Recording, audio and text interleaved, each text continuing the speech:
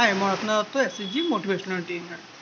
আজি আমি আলোচনা কৰিম যে ৰেচন কাৰ্ড থাকিলে আপোনালোকে পঢ়া শুনাৰ ক্ষেত্ৰত কি কি সুবিধা লাভ কৰিব। ইতিমধ্যে মুখ্যমন্ত্ৰী ডাঙৰীয়াই কৈছে যে ৰেচন কাৰ্ড থাকিলে আমি কেইবাটাও সুবিধা লাভ কৰিম, যেনে আমি ফ্ৰী চাউল পাম। আজিকালি এতিয়া কৈছে যে অক্টোবৰৰ পৰা আমি দালি, চেনি আৰু নিমখো পাম। তাৰপিছত আপোনালোকে মহিলাসকলে অৰুণোদয় পাব, ফ্ৰী ট্ৰিটমেণ্ট পাব, আপোনালোকে যিটো বীমা পলিচি আপোনালোকে পাব। এই গোটেইকেইটা সুবিধা চৰকাৰে ৰেচন কাৰ্ড থাকিলে আপোনালোকক ইতিমধ্যে দিব বুলি ঘোষণা কৰিছে, যাৰ ভিতৰত আমি এতিয়ালৈকে অৰুণোদয় আৰু চাউল পাই আছোঁ। এতিয়া নতুনকৈ কৈছে যে যদি আপোনালোকৰ ৰেচন কাৰ্ড থাকে তেন্তে আপোনালোকে ল'ৰা ছোৱালীক বিনামূলীয়াকৈ কলেজত পঢ়া শুনা কৰাব পাৰিব। যদি আপোনালোকৰ ৰেচন কাৰ্ড আছে, তাৰ ল'ৰা ছোৱালী যদি গভৰ্ণমেণ্ট কলেজত পঢ়িব বিচাৰে, গ্ৰেজুৱেশ্যন কৰিব বিচাৰে, তেনে ক্ষেত্ৰত ৰেচন কাৰ্ড শ্ব' কৰিলেই আপোনালোকৰ ফ্ৰী এডমিশ্যন হ'ব। এতিয়া কোনো ইনকাম চাৰ্টিফিকেটৰ প্ৰয়োজন নাই। যদি আগতে ইনকাম চাৰ্টিফিকেট ওলাইছিলেও তেতিয়াও এতিয়া দৰকাৰ নপৰিব বুলি মুখ্যমন্ত্ৰী ডাঙৰীয়াই কৈছে। ৰেচন কাৰ্ড দিয়াৰ লগে লগে আপোনালোকক ফ্ৰী এডমিশ্যনৰ ব্যৱস্থা কৰি দিয়া হ'ব।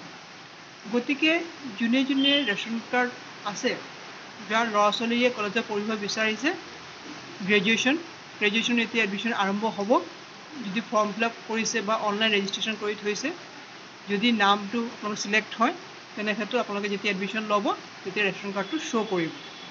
ৰেচন কাৰ্ডটো শ্ব' কৰিলে আপোনালোকৰ কিছু টকা অলপ লাগিব, কিন্তু বহুত টকা আপোনালোকৰ মাফ কৰি দিয়া হ'ব আৰু ইনকাম চাৰ্টিফিকেটৰ কোনো প্ৰয়োজন নহ'ব।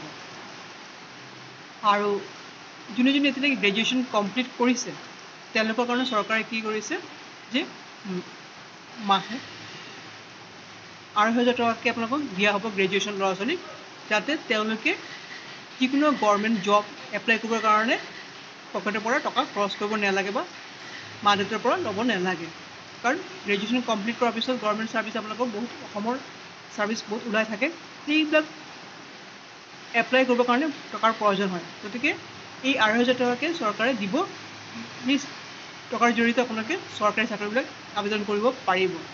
গতিকে যদি গ্ৰেজুৱেশ্যন কৰিছে তেন্তে এই 2,500 টকাৰ সুবিধা পাব, আৰু যদি গ্ৰেজুৱেশ্যন কৰিব বিচাৰিছে তেন্তে আপোনালোকে বিনামূলীয়াকৈ ফ্ৰী এডমিশ্যন পাব ৰেচন কাৰ্ডৰ জৰিয়তে।